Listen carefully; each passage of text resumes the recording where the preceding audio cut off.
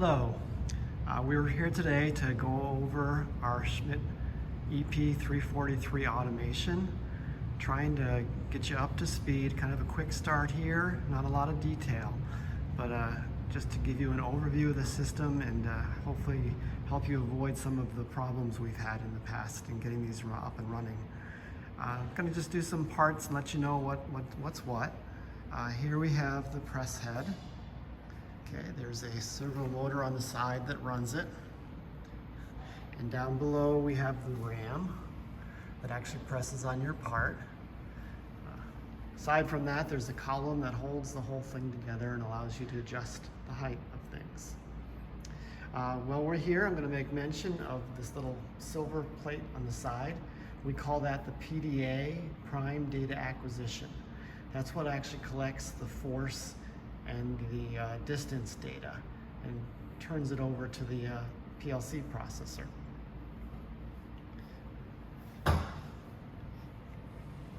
Okay, this is the back plate that the system comes with.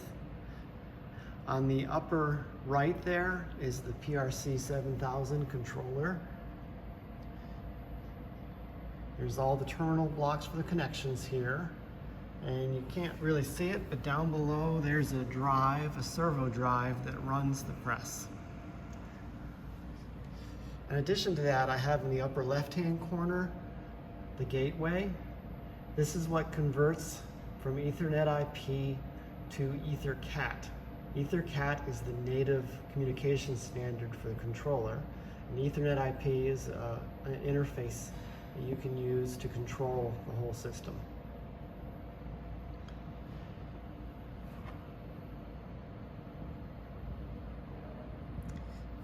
In addition to that, because this is an automation system, there has to be another PLC controlling the system.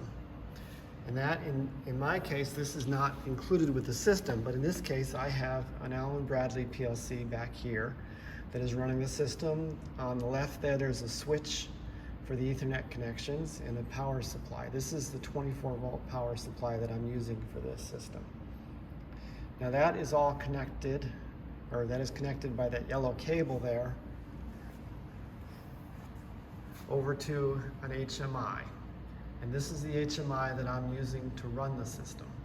Now in this case, the HMI isn't doing a whole lot of work actually. It's more just a transmitter of data between the operator and the control.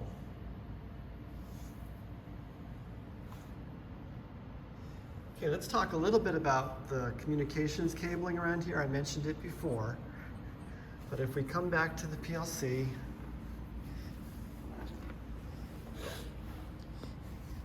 you'll notice this purple cable that's connected to the PLC. It is coming out, going down and up, and eventually running into the Ethernet IP side of the gateway. So that's where your PLC will connect to the system.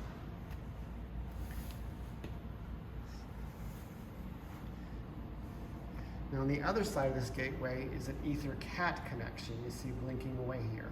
And there's actually two wires. There's a blue wire and a white wire. Now this originates from the EtherCAT connection on our PRC7000.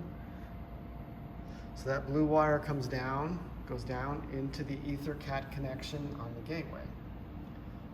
It comes out of the gateway through that white cable, it heads down and connects to the drive, the servo drive. Then on the other connection on there is that green cable, which comes out. You see it goes up to this little block up here. I forgot to take that tag off. Okay, this block converts from EtherCAT P to EtherCAT.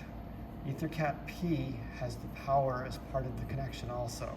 And that's the black and the red connections. You can't see it here, but you can see it better up here. It's a black and a red cable. So now we're at EtherCAT P after this block here, and this heads up and circles around, and you can see it going over the top here.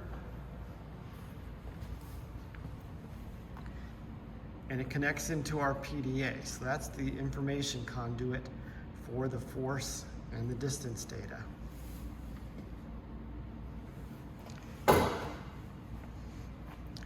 Okay, now I'm going to move on to the wiring that you're going to have to do as the customer when you get the package. This is the main drawing you should be looking at. And I'm going to start right with the power down here in the green. This is 230 volt. Note, it will not work with 110 volt. It is only 230 volt. And you can see there's just a line and neutral and a ground wire too, of course. Okay, coming back to our panel here now. This terminal block that has the green block on it, and it has the blue and the brown and the ground wire on it, that is your 230 volt connection. And you can see it's labeled accordingly in the middle there. L1 and in PE. Okay, the other power that you have to supply is 24 volt DC, and that's shown as the pink in this drawing. And you can see that that if you follow the drawing out, that power actually kind of comes back out for your use also. And there's a couple fuses in there to protect it. So in my case, I have a power supply back here I showed you before, and that's coming up. And you can, let me turn this way a little bit. You can see there's a couple terminal blocks down there labeled 24 plus and ground minus. So that blue and the black wire that I have up here are the 24 volt DC connection.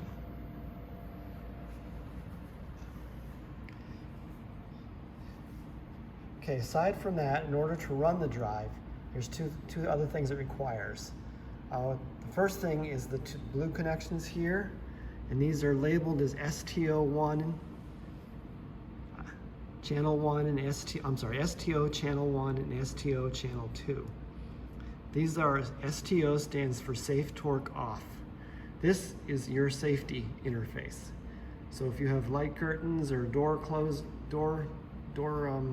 switches or something, they would all come into these contacts. It's dual channel for redundancy.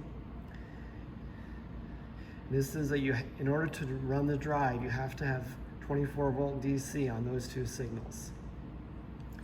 And if we come up here,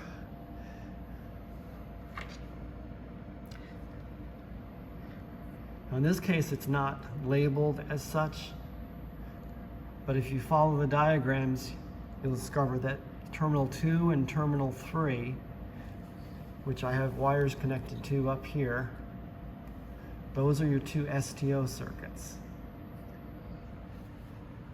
Now I do want to mention there's also an STO out. With these two out, this is actually an output at this point. You can monitor the STO circuits to see if they're on or off. Good idea. You know, that way you know if your safety circuit is working correctly or not, and if the drive has acknowledged your STOs. The final thing you're going to need wiring-wise is this yellow line here, which is the control on signal. That is when your PLC controller physically gives the press an input saying, I'm ready to go and ready to move. Now these top three signals here, I showed you I had some wiring hooked up to them, and they all go to this little switch box that I have here. So this first switch is the control on, and these second two switches are the STO1 and STO2.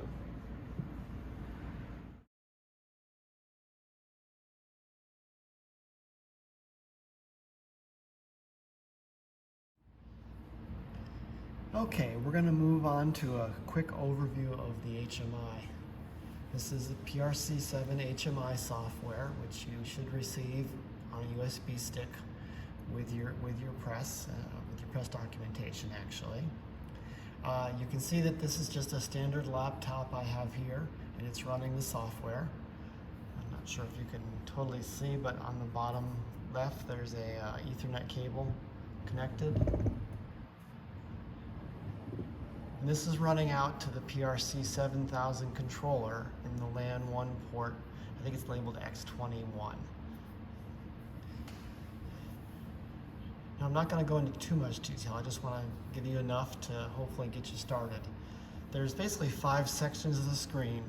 Okay, the top area here is a status section.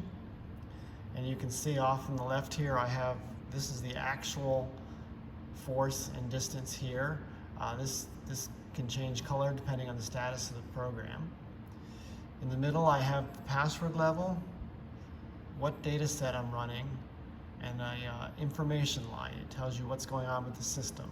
And there's also a line below this that's not shown right now for errors. Okay, up in the upper right-hand side, got date, time, a home button, and a menu button over here. We'll talk about that later. So that's your status section. And the rest of the screen is divided into 4 sections. In the upper left, we have the process output section. Bottom left, we have the data sets. And right now I have 2 data sets configured that I've entered. In the upper right is the graph area. And in the bottom right, we have the input parameters. Now, if this is on a touch screen, you could double tap in these areas to open them, but I'm on a laptop. So I just come in and double tap, and I go to that detail, and then home takes me back. I do have the option too in the middle here of moving things around if I want to see one part bigger or smaller.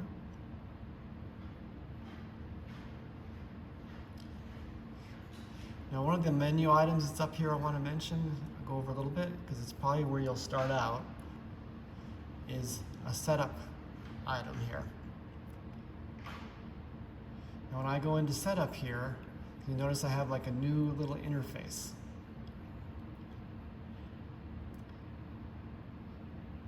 In this case, what this is telling me that if I try to run in setup mode, it's like a manual mode for the press.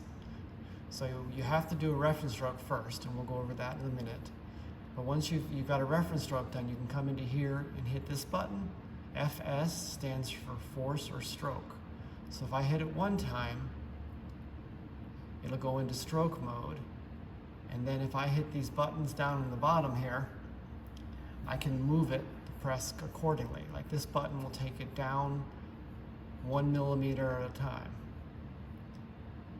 So every press of this will move down 1 millimeter.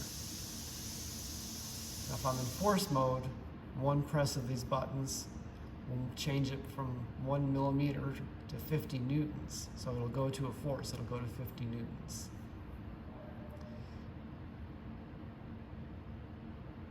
Once you're done in setup mode too, a typical thing is to hit this TDC button to go up to the top again. So this is a nice mode just for moving things down, finding positions, maybe finding at what setting you hit your part as you come down.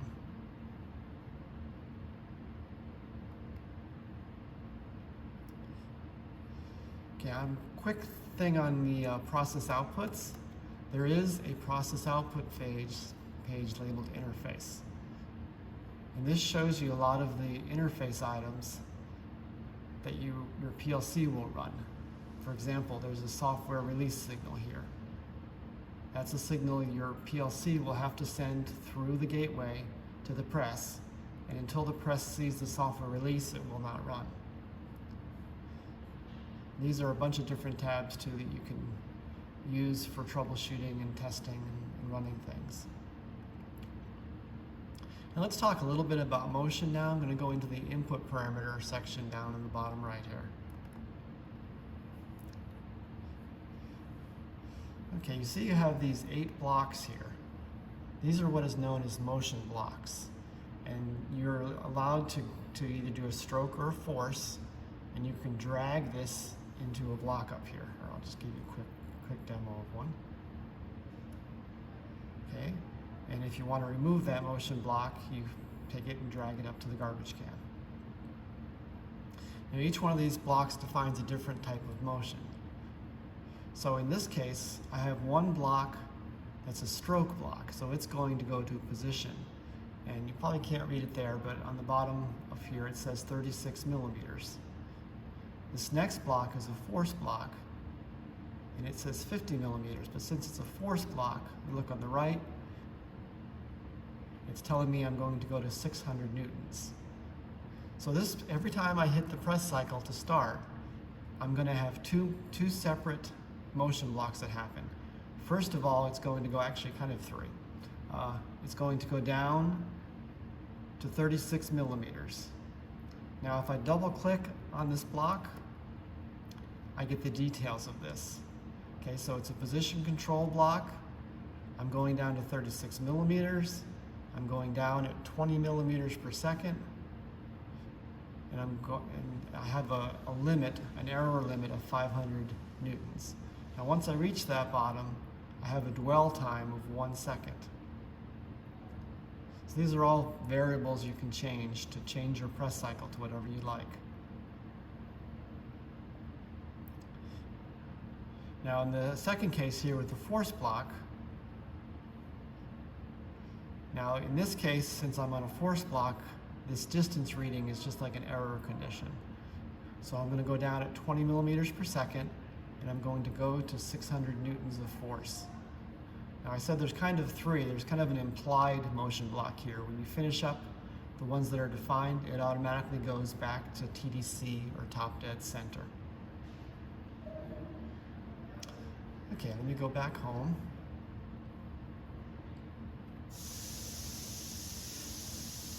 Just to kind of fill it out too,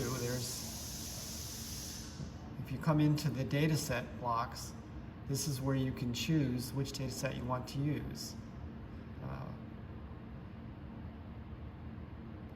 Okay, unfortunately I was in the middle of something, I guess, but you see I went from stroke to force here, and I can go back again.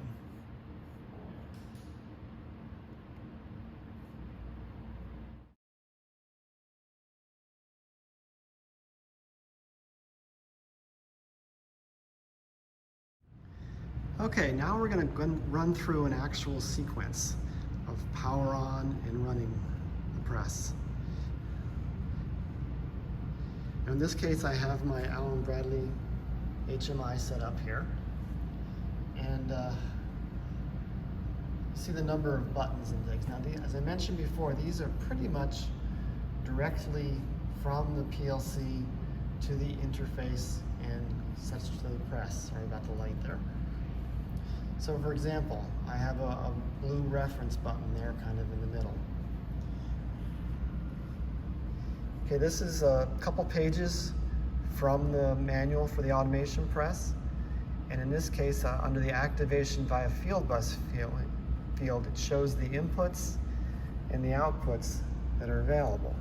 So if I go to the input field here, you'll notice there's one that says start reference run. So that button I just showed you just comes right to this interface, and when you want to run a reference run, you turn that on. Similarly, the big green start button in the middle, okay, that comes over to this start sequence signal. So it's all mapped to get to the correct place. Now a couple other things to note here. These are outputs from the press control to the PLC. So I've got a ready operation output that blinks on and off. It's like a life bit. I've got a ready start. I can't actually do a press operation until I get a ready start. I have part okay and not okay, which will show me if I have a good or bad part, and a disturbance error, which means there's an error, but it's not a tolerance error. Similarly, I have a TDC indication telling me when the press is at top dead center, or TDC. Now for the buttons I've put in here, I have a release on and a release off.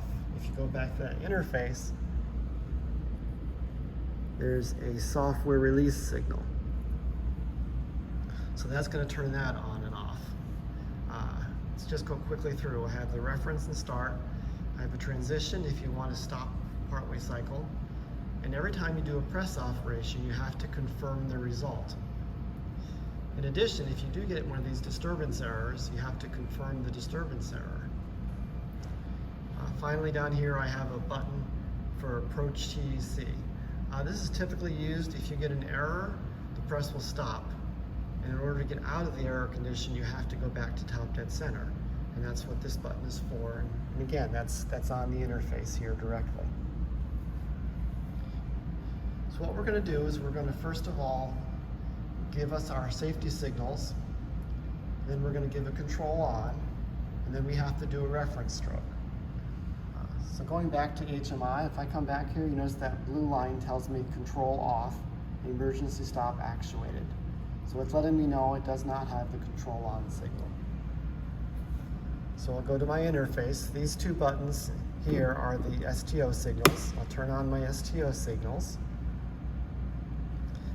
Then I'm going to turn on the control on signal. And going back to my PRCHMI, you'll see now it says start reference run. So the press is waiting for a signal from the host PLC to start its reference run. So I'm going to go and press the button. Now this is actually a negative signal, so it'll start when I let go. Okay, you can kind of see the press is doing a little dance, as I call it, in order to find its home position.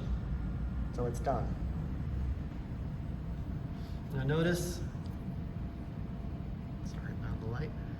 Notice on the interface here, I now have the ready start interface. Plus I have the TDC on. So the press has finished its reference stroke, it's ready to go, and it's at top dead center.